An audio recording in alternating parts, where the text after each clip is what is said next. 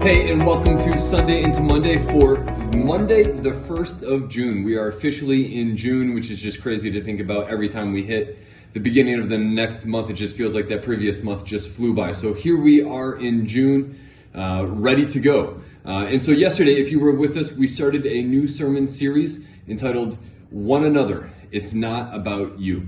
And I recognize that might not be the most catchy or heartwarming sermon series titles to go with. But as I hopefully explained in the opening of the sermon, that we live in a culture, we are wired to desire community, to look for those things and those places where we can belong.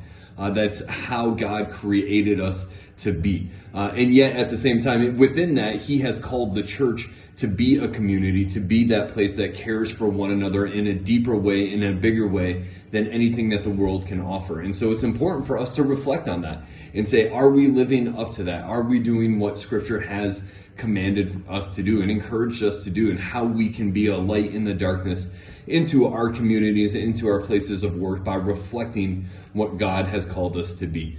So yesterday we were looking at be devoted, what it means to be devoted to one another. And so off of that, I want to leave you with two questions. One for you to kind of think about, and one to reflect on as well, just moving forward as well. So here is the first question.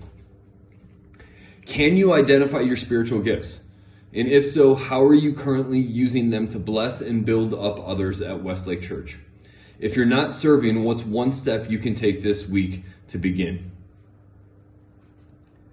And I'm going to pause right there. And usually the questions are back to back, but in thinking about spiritual gifts, that is something that we encourage you to discover, to think about. And if you don't know what your spiritual giftings are, we would love to have that conversation with you, to dig deeper into that, to help you try and figure out what that is and how that can be used to benefit the body of believers here at Westlake Church. Here is the second question. Reflect on this question. How is my life helping other people follow Jesus? I encourage you to write down your honest answer.